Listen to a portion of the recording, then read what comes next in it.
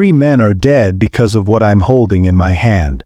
This rusted piece of metal killed 56 German sailors in 1945, and it almost killed me last month when I pulled it from 230 feet underwater. What you're looking at is a torpedo propeller that shouldn't exist, from a Nazi submarine that was never supposed to be found. But here's the terrifying part. If this submarine had completed its mission, millions of Americans would be dead right now. 3 divers have died trying to reach the secrets I'm going to show you today. February 10, 1945. A young German radio operator named Herbert Gaszewski is lying in a hospital bed with pneumonia, watching his submarine crew pack their gear without him. U-869 is about to leave on its final mission, and Herbert has no idea he's the luckiest man alive. His fever just saved his life. While Herbert recovers in Germany, his 56 shipmates are sailing toward the American coast carrying cargo that could end the war in Hitler's favor. But something goes wrong. Terribly, horribly wrong. The submarine vanishes. For 50 years, everyone believes U-869 sank off Morocco, thousands of miles from America. Herbert Gaszewski grows old, gets married, has children, never knowing what really happened to his friends. Until 1991, when 2 American divers named John Chatterton and Richie Kohler are hunting for lobsters off New Jersey and find something impossible. A massive steel shape on their sonar, 230 feet down. When they dive to investigate, they see a conning tower covered in 50 years of marine growth. No identification numbers. Someone ground them off. This submarine didn't want to be found. Chatterton swims closer and sees the hull twisted like crumpled paper, a giant hole blown from the inside out. But here's what makes his blood run cold. Scattered across the ocean floor are human bones, personal belongings, and 22 unfired torpedoes. Whatever killed this submarine happened so fast, the crew never got a chance to fight back. But the real shock comes when Chatterton finds a ceremonial dagger with SS markings. SS officers didn't serve on regular submarines. So what was one doing here? This discovery launches the most expensive private underwater investigation in history. Chatterton and Kohler spend 6 years and their life savings trying to identify this submarine. They search German archives, interview elderly U-boat veterans, and piece together classified documents. Every clue points to the impossible. This is U-869, but U-869 was supposed to be 3,000 miles away when it died. The breakthrough comes when they track down Herbert Gaszewski in 1997. He's 74 years old, living quietly in Hamburg, the last living member of U-869's crew. When they show him photos of the wreck, he breaks down crying. For 52 years, he's wondered what happened to his friends. Now he knows, but Herbert tells them something that changes everything. The night before U-869's final departure, they received new orders, secret orders. Only Captain Heinrich Müller knew their real destination. Herbert remembers the captain burning papers and looking terrified. Something was different about this mission, Herbert tells them. We were supposed to go to Gibraltar, but at the last minute, everything changed. But here's where the story gets dangerous. Getting answers from this wreck nearly killed everyone who tried. The submarine sits at 230 feet, in freezing black water with zero visibility.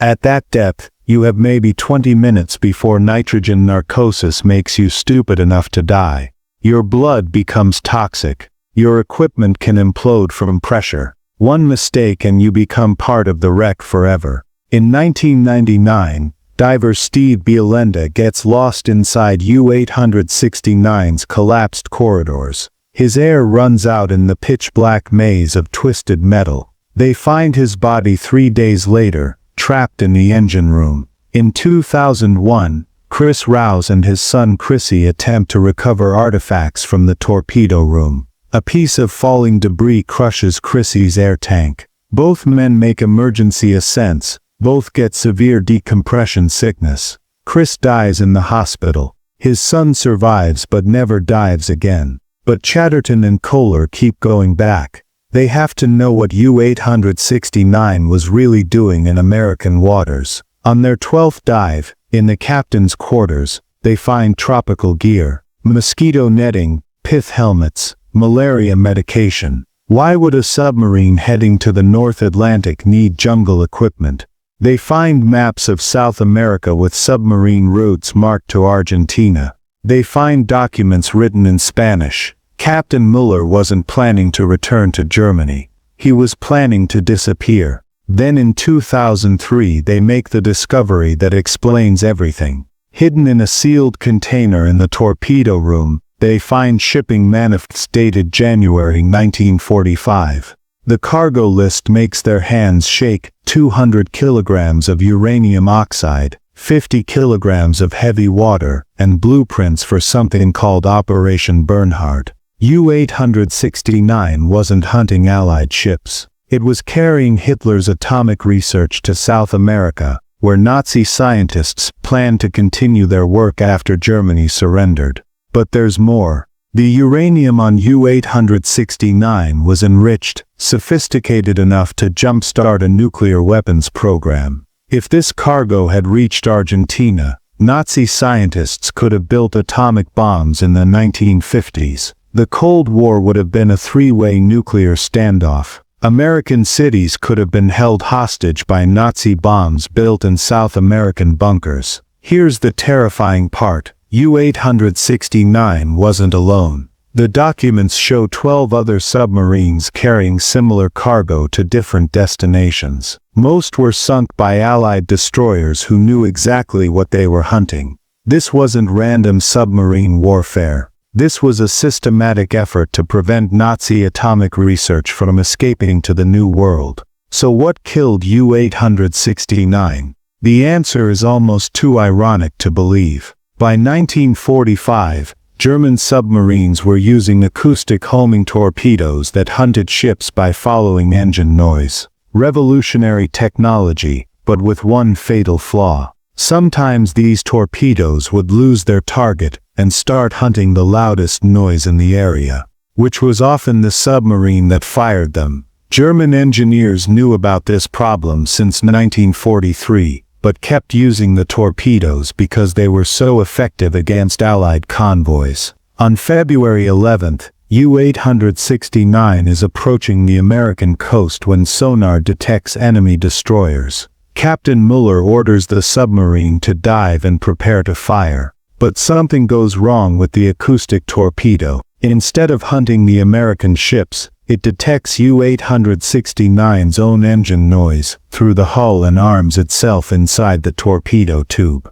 The explosion tears through the submarine like a steel hurricane. The 56 crew members had maybe 30 seconds to understand they're dying before the ocean crushes their submarine at 2,000 feet depth. But some of them survived the initial blast. In the stern section, 12 crew members tried to escape through the aft torpedo hatch. Their bones tell the story of their final moments, fractured skulls from being thrown against pipes as the submarine plunged, broken fingers from clawing at the jammed escape hatch. They die inches from freedom, their bodies scattered across the ocean floor for 50 years until divers finally give them names. Klaus Weber was 18, a machinist from Bavaria who wrote to his mother 3 days before he died. "If you ever read this, know that we did our duty, even though we knew it was hopeless." His girlfriend Maria waited for him until 1960. Captain Heinrich Muller had 3 daughters who grew up thinking their father was a war hero. They never knew he was carrying weapons designed to murder American civilians. Radio operator Fritz Neubauer kept a diary describing how terrified the crew was on their final mission. His last entry, written hours before the explosion, simply says, "God help us all." The irony is staggering. Hitler's most advanced torpedo technology killed the submarine carrying his last hope for atomic weapons. A Nazi engineering failure prevented Nazi atomic bombs from reaching South America. The uranium that could have changed history sits on the ocean floor, harmless and forgotten. The world was saved by German incompetence. But the story doesn't end there. In 2019, we returned to U-869 with better equipment and more dangerous goals. We wanted to reach the captain's sealed strongbox, which no one had ever opened.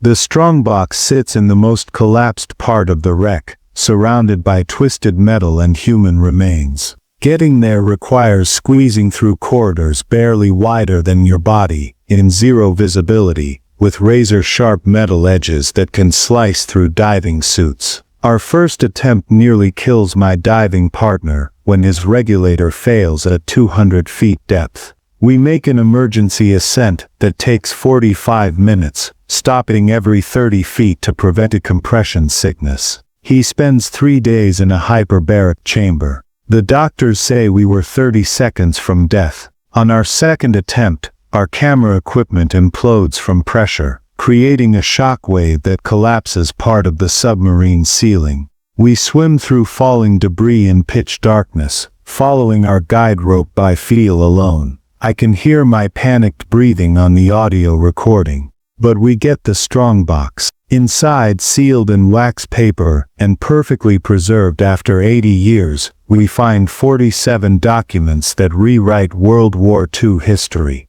Operation Bernhard wasn't just about moving uranium to South America. It was Hitler's plan to detonate radiological weapons in American cities as a final act of revenge. The documents include target assessments for New York Harbor, Boston, and Philadelphia. Nazi submarines were planning to contaminate American ports with dirty bombs that would make entire cities uninhabitable for decades. The uranium on U-869 wasn't for power plants or medical research. It was for weapons designed to kill millions of American civilians. If even one of these uranium-carrying submarines had reached its destination, the atomic age would have begun with Nazi dirty bombs exploding in American harbors instead of American bombs dropping on Japan. But the Allied victory was more crucial than anyone realized. American and British destroyers systematically hunted these uranium submarines based on intercepted radio communications.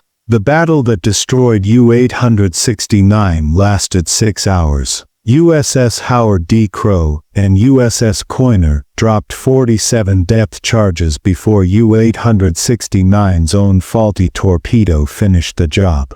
These weren't random encounters. This was a coordinated effort to prevent Nazi atomic research from escaping to the New World. Herbert Koszewski lived until 2004, long enough to learn what really happened to his shipmates. When we showed him the artifacts we'd recovered, he said something I'll never forget. They were good boys who died carrying evil cargo. Maybe God saved the world by keeping me in that hospital bed. Herbert was right. His pneumonia saved millions of American lives. But the most chilling discovery came when we examined the personal effects scattered throughout the submarine. In the crew quarters, we found letters that were never sent, photos of girlfriends and families, and personal diaries that revealed the true horror of U-869's final mission. Seaman Werner Hoffman, just 17 years old, had written a letter to his little sister the night before the submarine departed. The letter, preserved in his waterproof personal kit, read, "Greta, I had a terrible dream last night. I saw the ocean swallowing us whole. The captain won't tell us where we're going, but the older sailors are scared. If something happens to me, tell Mama I was thinking of her apple strudel when the lights went out." The letter was never mailed. Werner died with it in his pocket, 230 feet underwater, crushed by the very ocean he'd dreamed about. His sister Greta waited for news of her brother until 1955, when the German government finally declared him missing in action. She never knew he'd been thinking of her in his final moments. But Werner wasn't the only one who sensed something was wrong. Chief Engineer Otto Bischoff kept a detailed diary throughout U-869's service. His final entries paint a picture of growing dread among the crew. January 30th, 1945. The captain has been acting strange since we loaded the special cargo. He burns papers every night, and won't let anyone near the forward storage compartment. February 3rd, received orders to prepare for extended underwater operations. The crew is nervous. This doesn't feel like a normal patrol. February 8th, something is very wrong. The captain called a secret meeting with the senior officers. When they came out, Lieutenant Brandt looked like he'd seen a ghost. Bischoff's diary ends abruptly on February 10th with a single line, "God forgive us for what we carry." The next day, U-869 was dead. Otto Bischoff's body was found in the engine room, his diary still clutched in his skeletal hands. He was 23 years old, married just 3 months before his final patrol. His wife Anna never remarried, spending the rest of her life wondering what happened to the husband who'd promised to return by Easter. The crew's growing terror makes sense when you understand what they were really carrying. The uranium wasn't just raw material for future weapons. It was accompanied by detailed blueprints for radiological dispersal devices, what we now call dirty bombs. These weren't sophisticated nuclear weapons like the ones America was developing. They were simpler, cruder devices designed to spread radioactive contamination across large areas. The plans we found showed how to attach radiological material to conventional explosives, creating weapons that could render entire city blocks uninhabitable for decades. The target list was even more terrifying. New York Harbor was marked for a device that would contaminate the waterfront and force the evacuation of Lower Manhattan. Boston's port was selected for a weapon that would shut down all shipping to New England. Philadelphia's Navy Yard was designated for a device that would poison the Delaware River and cripple American shipbuilding. These weren't military targets.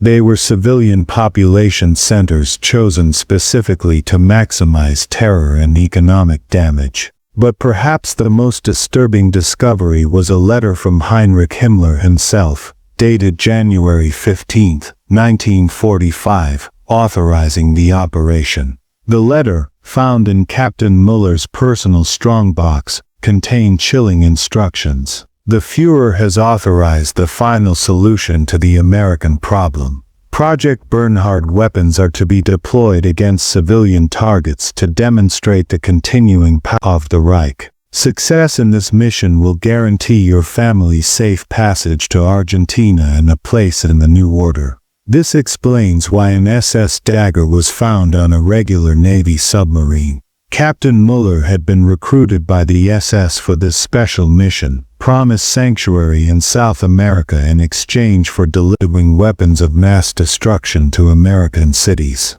The tropical gear, the South American maps, the Spanish documents, all evidence of Muller's planned escape to Nazi safe houses in Argentina after completing his mission of terror. The human cost of this mission extends far beyond the 56 German sailors who died. If Operation Bernhard had succeeded, the radiological weapons would have killed thousands of Americans immediately and displaced hundreds of thousands more from contaminated areas. The psychological impact would have been devastating. Imagine the panic if Nazi submarines had successfully detonated dirty bombs in American harbors just months before the war's end. But fate, chance, and German engineering incompetence combined to prevent this catastrophe. The acoustic torpedo that killed U-869 was manufactured in a rushed production facility in Hamburg, where quality control had broken down under Allied bombing. The torpedo's guidance system was calibrated incorrectly, making it hypersensitive to its own submarine's engine noise. What should have been Nazi Germany's most sophisticated weapon became its own executioner. The irony goes even deeper. The uranium ore on U-869 came from the Joachim-style mines in Czechoslovakia, where forced laborers worked in horrific conditions to extract radioactive material for Hitler's weapons programs. Many of these workers died from radiation poisoning, their lives sacrificed to fuel Nazi atomic ambitions. The uranium that killed them was supposed to kill Americans, but instead it sits harmlessly on the ocean floor, a testament to the futility of evil. Today, U-869 lies on the ocean floor as a monument to the randomness of history. 56 young German sailors died because of a torpedo that couldn't tell the difference between enemy ships and its own submarine. Their sacrifice prevented Nazi atomic weapons from reaching South America, and their deaths saved American cities from radiological terrorism. The uranium that could have powered Hitler's revenge sits harmlessly on the bottom of the Atlantic, 230 feet down in the freezing dark, guarded by the bones of the men who carried it. Every time we dive this wreck, we remember that we're not just exploring history. We're honoring the dead and uncovering truths that help us understand how close civilization came to a very different ending. War is never just about armies and battles. It's about individual choices, technological failures, and random events that change everything. In this case, German engineering incompetence, one radio operator's pneumonia, and a teenager's prophetic dream about the ocean swallowing them whole combined to save the world from Nazi atomic terrorism. The legacy of U-869 reminds us that history's most important moments often happen in darkness, witnessed only by the dead. Werner Hoffmann never sent his letter to Greta. Otto Bischoff never made it home to Anna. Heinrich Müller never reached his promised sanctuary in Argentina. But their deaths prevented something far worse: the nuclear terrorism of American cities by Nazi fanatics who refused to accept defeat. Look, I'll level with you. We're only making these dangerous dives because of you. Every subscriber funds another hour of bottom time fighting hypothermia and nitrogen narcosis. Every share helps us solve World War II's last great mysteries before time and tide erase them forever. So do your part, hit that subscribe button and comment deeper if you want us to risk the forward torpedo room next week, where we believe more documents are waiting to be discovered. Because this is why we dive, to give voices to the silent, to drag truth out of the dark, to honor the dead by telling their stories. U-869 reminds us that history hangs on the smallest threads: a faulty torpedo, a sick radio operator, a teenager's nightmare, a split-second decision that changes everything. The ocean keeps its secrets, but we'll keep diving until we find them all. Stay curious, stay brave. The truth is down there, waiting in the dark.